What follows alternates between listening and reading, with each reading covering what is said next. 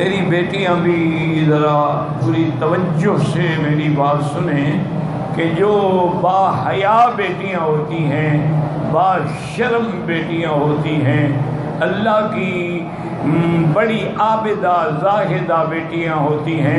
دیکھیں کہ be be عائشہ کو کیا فکر تھی. اس نے جو سوال کیا حضور سے وہ یہی تھا کہ یا رسول اللہ صلی اللہ علیہ وسلم جب قیامت والے دن ہم آپ اٹھیں گے قبروں سے تو ایک دفعہ آپ نے یہ بھی فرمایا کہ جیسے ماں کے پیٹ سے آئے تھے ایسے اٹھیں گے، حفاظن عراۃن غرلن، یعنی کپڑا بھی اوپر نہیں ہوگا. اور یہ بھی حدیث میں کہ اول من یکسا، سب سے پہلے حلہ جو ہے وہ حضرت ابراہیم کو پہنایا جائے گا. تو بی بی عائشہ رضی اللہ عنہ فرماتی ہیں حضور جب ہم قیامت میں اٹھیں گے کفن بھی نہ ہوگا، ادھر مرد ہے ادھر عورت ہے، ایک دوسرے کو دیکھیں گے. اس وقت بھی بی کو اپنے حیا اور پردے کا خیال کہ ہمارے پردے کا کیا ہوگا جب قبروں سے اٹھیں گے. اور عورت ہوتی ہی وہی ہے جس پر ماں باپ کی نظر پڑے یا شوہر کی نظر پڑے. جس کو سب دیکھتے رہیں وہ تو چلتی پھرتی لاش ہوتی ہے، عورت نہیں ہوتی. وہ تو اوپن ایئر تھیٹر ہے، جو چاہے دیکھ لے. اس کو عورت کون کہتا ہے؟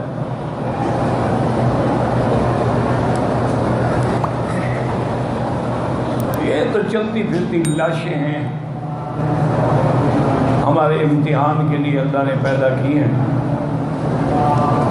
تو اب دیکھیں بی بی عائشہ اس وقت بھی پردے کا خیال کیا. رسول اللہ کیا ہوگا جب ہم قبروں سے اٹھیں گے، ادھر مرد ہوں گے ادھر عورت.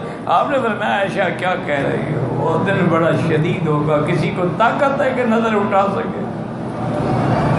شاخصۃ ابصارہم، اٹھی ہے تو اٹھی رہیں گی، جھکی ہیں تو جھکی رہیں گی، کسی کو طاقت ہے کہ ادھر ادھر نظر ڈال سکے. وہ تو قیامت کا حال ایسا ہوگا. وَتَرَىٰ كُلَّ أُمَّةٍ جَاثِيَةً، سب گر جائیں گے اپنے گھٹنوں پہ، طاقت ہی نہیں.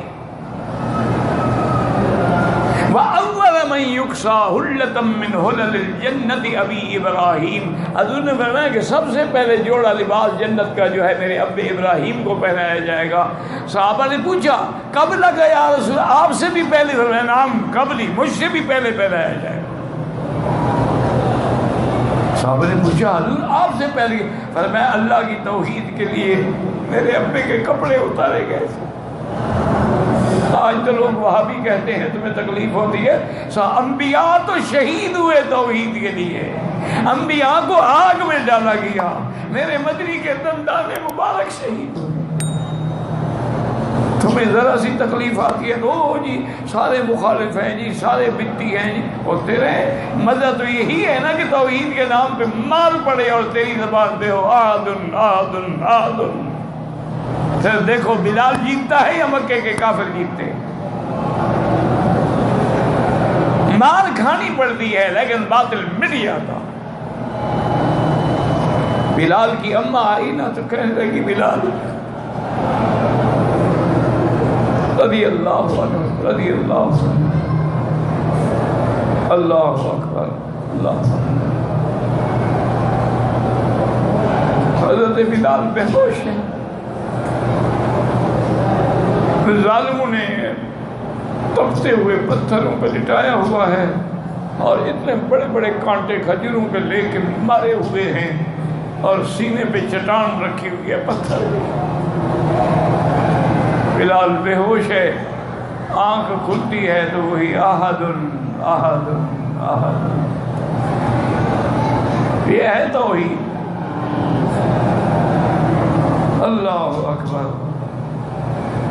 تو اماں نے کہا بلال میں بھی مسلمان ہو چکی ہوں لیکن اپنا اسلام چھپاؤ، اپنے آپ کو برباد نہ کرو.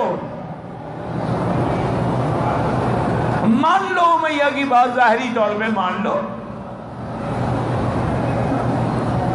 تو بلال کو ہوش آیا، بلال مسکرائے. اماں نے کہا بلال اس حال میں مسکرا رہے. فرمانے لگے اماں آج مجھے پتہ لگ گیا مکے کے کافر ہار گئے، بلال جیت گیا.